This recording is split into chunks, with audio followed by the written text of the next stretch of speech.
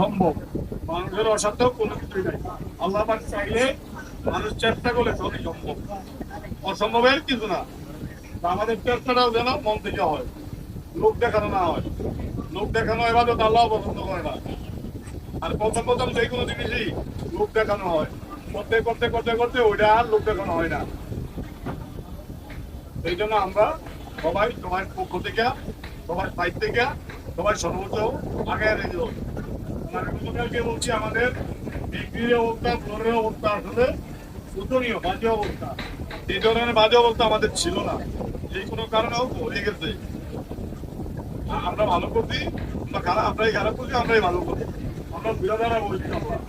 আমাদের এই আত্মবিশ্বাস, আমি একবার বের করতে মানে আমি খারাপ না, যে কোনো কারণে খারাপ হইতেই পারে, আবার আমরা ভালো করবো। আমরা 3 ডিগ্রির মধ্যে সবচেয়ে ভালো ছিলাম, আমরা আবার ভালো করবো। এই মনোবল যদি হারিয়ে ফেলি কাজ হবে না। আর এই মনোবল থাকলে কাজ ভালো হবে। আত্মবিশ্বাস এমন একটা জিনিস, আমরা আমাদের মনোবল হারাবো, খারাপ হইতেই পারে। মানুষের শরীর কি, আমার শরীর সবসময় একরকম যায় না। আমার শরীর কখনো সুস্থ, কখনো অসুস্থ। তার মানে কি আমি ওষুধ খাওয়া বাদ দেই, আমি মনে হয় আর বাঁচবো না? আত্মবিশ্বাস এমন একটা জিনিস, মানুষকে কাজের ক্ষেত্রে অনেক সহযোগিতা করে। তাই আমরা আমাদের আত্মবিশ্বাসটা ধরে রাখবো ইনশাআল্লাহ। এবং যে কোনো কিছু করার আগে আপনার শুকরিয়া আদায় করবো আল্লাহ আমাকে, এটা একটা বরকত থাকবে। এবং আমরা সবাই 5 ওয়াক্ত নামাজ আদায় করবো, তাহলে সংসারে এবং কর্ম পরিবেশ, পারিবারিক পরিবেশ, সমাজে ইজ্জত পাবো এবং সম্মান পাবো, শান্তি পাবো। মৃত্যুর পরে এটা কাজে লাগবে, এটা আমরা নিয়ে যেতে পারবো। আর কিচ্ছু হবে না, টাকা পয়সা, মন্তব্য, আমার পড়াটা, আমার লাইফ তোলার হইলে আর কেউ আমার সাথে যাবে না।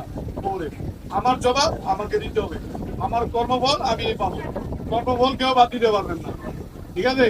যাই হোক, এই কারণে রাখছি আমার 3,94,20 দিই, এটাকে রিকভারি করার জন্য আমরা ওয়ার্কিং আওয়ার বাড়াচ্ছি, রিকভারি ডিউটি করা লাগবে, আমাদের একটু প্রোডাকশন বাড়াই করতে হবে। সবাই যদি চেষ্টা করি ইনশাআল্লাহ আমরা পারবো।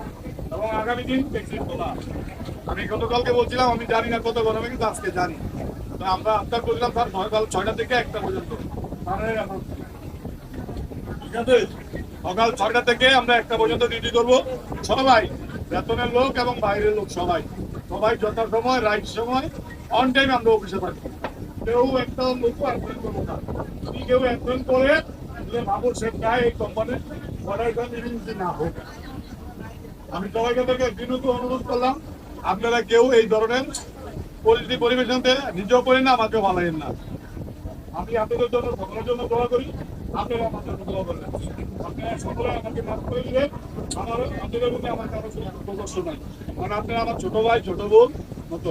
আপনাদের ভুল হইতেই পারে, আমি ক্ষমা করে কাজ করে এই জন্য আমি থাক।